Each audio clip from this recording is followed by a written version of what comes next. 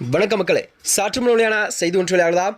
2026 தாவைக்கா plus Congress கூட்டணி வென்றால் தமிழகத்தில் திராவிட இல்லாத தமிழகம் உருவாகுமா?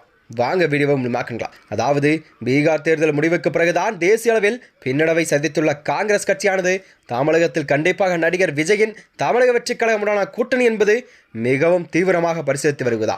அதாவது அரசியல் வட்டாரத்திலே இது பரபரப்பான விவாதங்களையும் முன்வைக்கிறதா. அதாவது இந்த கூட்டணி பேச்சுவார்த்தை என்பது மாநில அரசின் நீண்டகால சக்தி சமன்பாடுகளை மாற்றி அமைக்கும் திறன் கொண்ட என்று அரசியல் விமர்சனங்கள் கிஷோர் கே சாமி அவர்கள் கூறுகிறார். அதாவது காங்கிரஸ் கட்சியின் மூத்த தலைவர்கள் குறிப்பாக கே.சி. வேணுகோபால் போன்றவரெல்லாம் தாவைக்கா தலைவர் விஜயுடன் கண்டிப்பாக நேரடியான பேச்சுவார்த்தை எல்லாம் நடத்தி வருவதாக தகவல் தெரிவிக்கிறதா.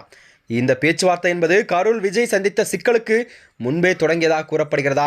திமுகவுடனான கூட்டணி என்பது தொடர்ந்து புறக்கணிக்கப்படுவதால் காங்கிரஸ் உணர்கிறது.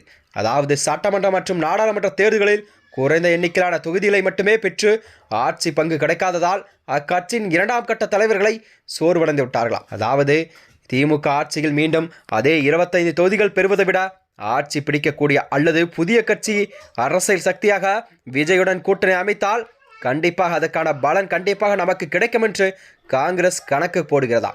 காங்கிரஸ் தலைவர் ராகுல் காந்தி அவர்கள் முன்னாள் பிரதமர் இந்திரா காந்தி அவர்களும் எம்ஜிஆருக்கு ஆதரவு அளித்த அந்த தருண தமிழகத்தில் கருணாநிதியின் திமுக மற்றும் காமராஜின் காங்கிரஸை எதிர்த்துதான் புதிய சக்தியை உருவாக்க உதவிய வரலாறு சூத்திரத்தை பயன்படுத்துவதாக கிஷோர் கே சாமி அவர்கள் கூறியிருக்கிறார். அதேபோலதான் திமுக மற்றும் அதிமுக என்ற இரு பெரும் கட்சிகளை தாண்டி விஜய் ஒரு மாற்று சக்தியாக வளர்ந்து வருகிறார். தமிழகத்தில் அவரது தலைமையில் கண்டிப்பாக கூட்டணி அமைத்து ஒரு நீண்டகால திட்டமாக இருக்கலாம் என்று அரசியல் பேசப்படும். சட்டமன்ற தேர்தல் ஒரே நேரத்தில் வர இருக்கும்.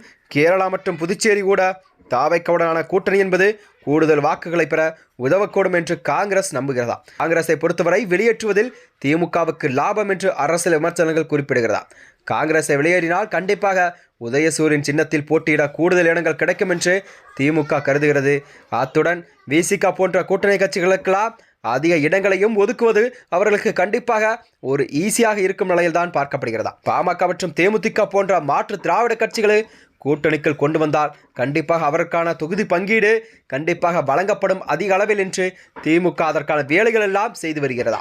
ஒருவேளை 2026 சட்டமன்ற தேர்தலானது திமுகவுக்கு ஒரு பெரிய தோல்வியை சந்தித்தால் அதற்கு பிறகு காங்கிரஸ் கட்சி மீண்டும் திமுகவுடன் கூட்டணி செல்லாமல் விஜயுடன் தான் நிரந்தரமாக இணைந்து திமுகவை சிறுபான்மை வாக்குகளை பிரிக்கும் சக்தியாக மாற்றும் முயற்சியில் செய்யலாம் என்று சிந்தனையெல்லாம் காங்கிரஸ் தரப்பிலிருந்து கூறப்பட்ட செய்தியாக பார்க்கப்படுகிறது. அதனால்தான் விஜய் எப்பொழுதுமே தனிச்சையாக போட்டியிட்டால் ரசிகர் மத்தியில் ஆதரவு இருந்தாலும் ஒரு முதலமைச்சராக பார்ப்பதற்கு மக்கள் மத்தியில் ஒரு நம்பகத்தன்மை தேவைப்படுகிறது.